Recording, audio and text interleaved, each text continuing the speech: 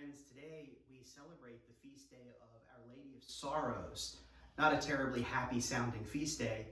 However, having just celebrated the feast day of the triumph of the cross yesterday, today we turn from Jesus on the cross to Mary at the foot of that cross. Our gospel today recounts the story of the women who were there present as Jesus suffered and died on the cross, as well as the beloved disciple John who was there, and the tremendous gift that Jesus offers to John in particular and to the church in general of Mary as our mother. And we are her children. Today, as we recognize Mary, who also suffers with her son, and remember, she was there from the very, very beginning of his life to the very, very end of it on earth. That she was present when he took his first breath. She was present there when he handed over the Spirit and breathed his last. Mary is the perfect example of the disciple.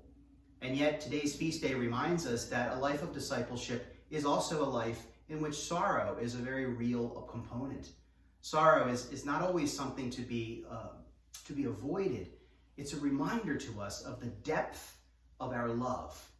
Think about the things that you feel the greatest sorrow over, in particular those losses over which you feel the most tremendous sorrow.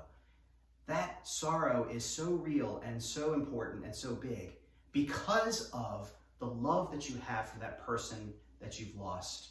Imagine Mary's experience there at the foot of the cross as she watched her only son suffer and die, knowing that he was doing it because of you and me.